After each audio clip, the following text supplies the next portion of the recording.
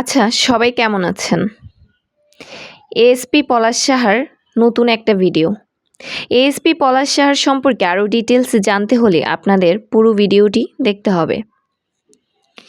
এই ভিডিওটা বেশ গত বছরই পলাশ সাহার চলে যাওয়ার কিছুদিন আগের, যখন পাপিয়া বৌদি, তার শাশুড়ি, তার স্বামী এবং পলাশ সাহার সকল পরিবারের লোকজন মিলে ঢাকাতে পলাশ সাহার বাড়িতে বেড়াতে গিয়েছিল।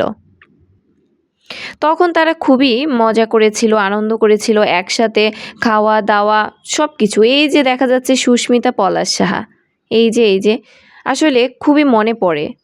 পলাশ সাহা নেই প্রায় 6 মাস 7 মাস হয়ে যাচ্ছে। তার কথা পুরো বাংলাদেশই মনে রেখেছে আশা করি, কারণ সে একজন পুলিশের ঊর্ধ্বতন কর্মকর্তা ছিল। স্বল্প বয়সের এক চঞ্চলা মেয়ে সুস্মিতা, যাকে বিয়ে করে তার জীবনে নেমে আসলো অ্যাকচুয়ালি খারাপ সময়। পলাশের শাশুড়ি খুবই ভালো মনের মানুষ এবং তারা একটু নিম্ন মধ্যবিত্ত পরিবারের। সেই তুলনায় পলাশ সাহারা ছিল বিরাট অবস্থাবান, কিন্তু তাদের স্ট্যান্ডার্ড দুইজনের ম্যাচ হচ্ছিল না। একে তো বয়সের একটা অনেক গ্যাপ, তার উপর